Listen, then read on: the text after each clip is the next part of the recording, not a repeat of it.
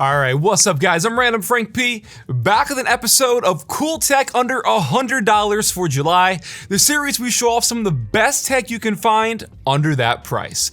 And don't worry, we're still gonna have an under 50 episode coming up in a few weeks, just a little bonus episode to kick off the month.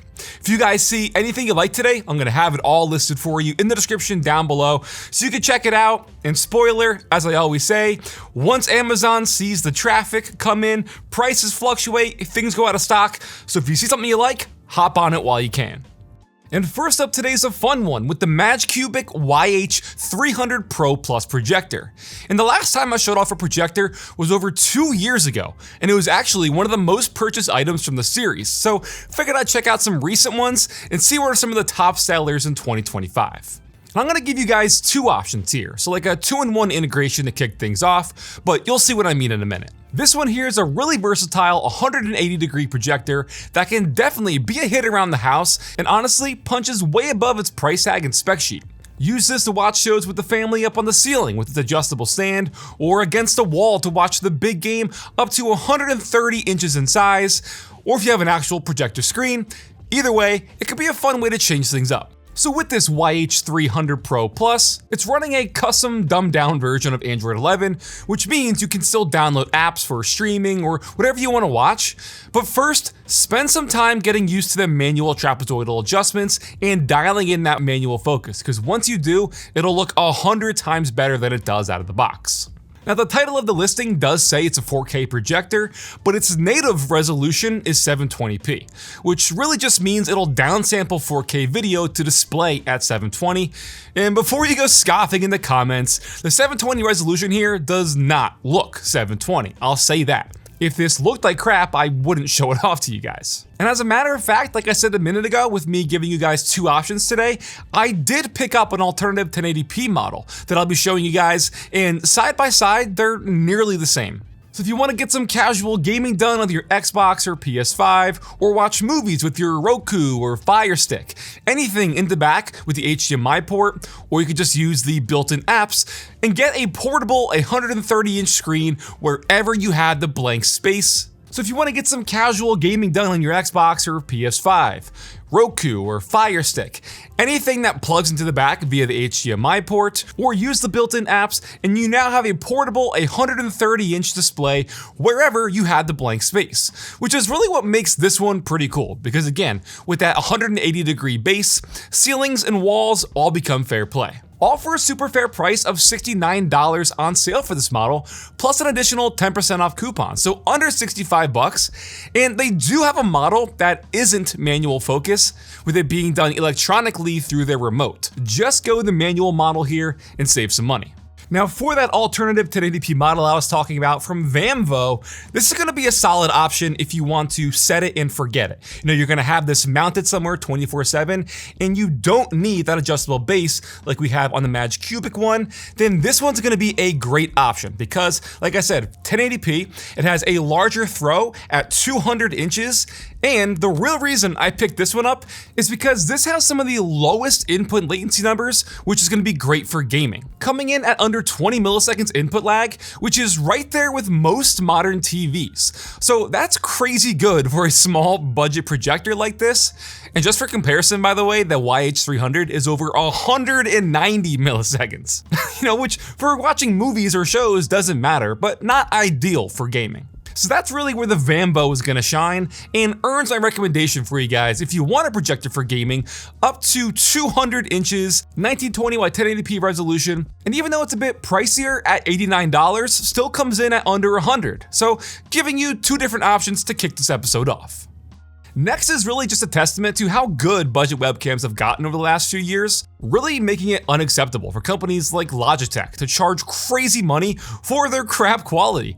Because here we have the OBSBOT Meet SE, which, as you'll see in a minute, is a really good looking 1080p webcam in a market just flooded with crap, I'll be honest. And I've checked out a few OBSBOT webcams in the past. Their 4K camera was my winner in my comparison video that I did around the holidays, and I just found out they have this cheaper budget model, the SE here, which does just 1080p 60 FPS instead of 4K, and being completely honest, that's still going to be more than fine for most use cases. Zoom and Google Meet, for example, still cap out at 1080p. Most streamers use a webcam as a face cam in a tiny corner of the screen, so 1080 here I think is going to be perfect for about 90% of people out there looking for an upgrade over their crappy laptop webcam or whatever they're using now. It comes with a magnetic mount to attach it to your monitor or laptop bezel, a USB-C cable, a privacy cover, and all for a super fair price of just $69. It's hard to refute you're getting the best bang for your buck here. Okay, so just to give you guys like a minute of, raw footage so you can see how it looks stock out of the box, this is how it looks completely untouched in their OBSBOT Center software. Now, a few things. This is being recorded at 1080p 60 FPS, despite the video in the end being upscaled to 4K 30 for the YouTube output. But you can also change it up and do higher FPS for slow-mo video, which is kind of strange. They have it so you can actually go in and record at 1080p 100 FPS or 720p 150 FPS. Don't know why you'd need all that on a webcam, but they do have that option for you.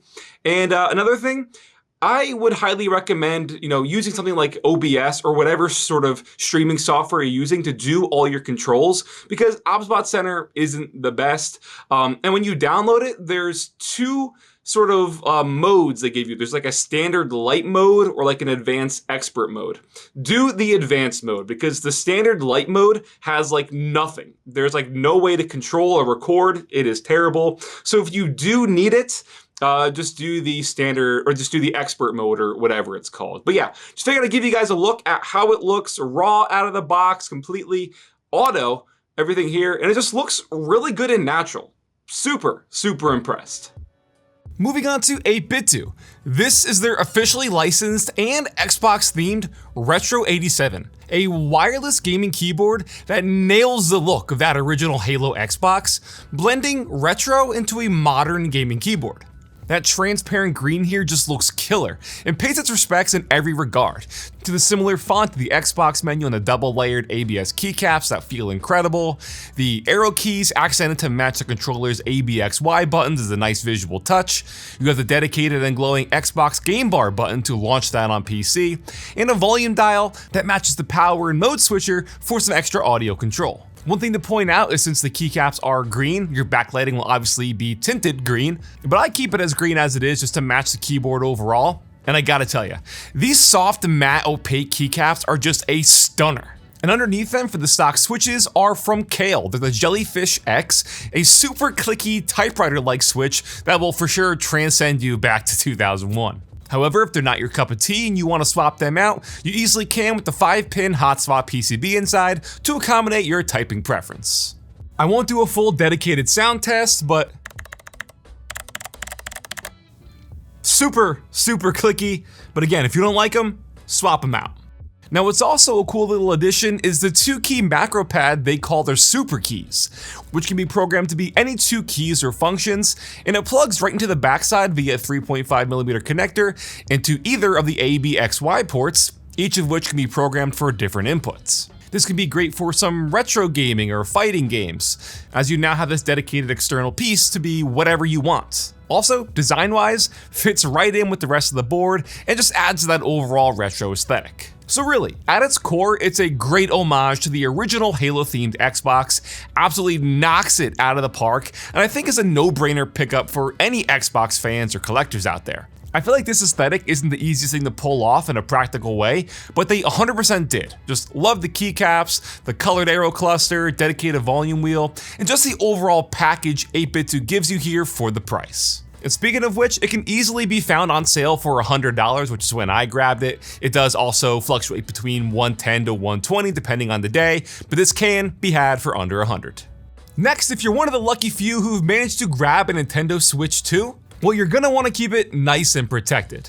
And that's where dbrand comes in with their Project Killswitch, which is like the best all-in-one case and protective solution that I've seen. So they have a few different options. I have their travel kit plus their Prism 2.0 screen protector to get full 360-degree coverage on this. And again, depending on how much you want to spend, you can pick which kit's going to be best for you. But if you have the $500 to shell to begin with, you can spend an extra $100 to keep it protected. So along with the kit, you get the slim case for the Switch 2 itself, with an included kickstand cover, your 2 Joy-Con grips, your choice of skins for the Joy-Cons as well if you want to add some color to it, their custom dock adapter to use with the Switch 2's dock, and the protective travel cover that also has built-in game storage. Some extras are a set of textured thumbstick grips and extra adhesive strips if needed. But first order of business, we have their Prism 2.0 glass screen protector.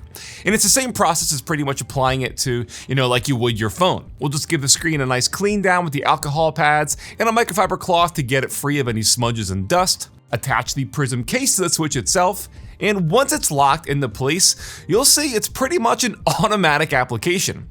Just gonna quickly pull that protective film tab and swipe down where it shows the arrow. Then from there, it's gonna relieve itself of any air bubbles and pockets, and within a matter of seconds, it's done.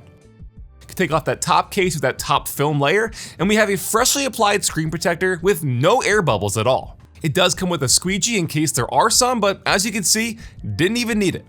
And if you messed up at all along the way, that's why it's a 2-pack, you get an extra to give it another go.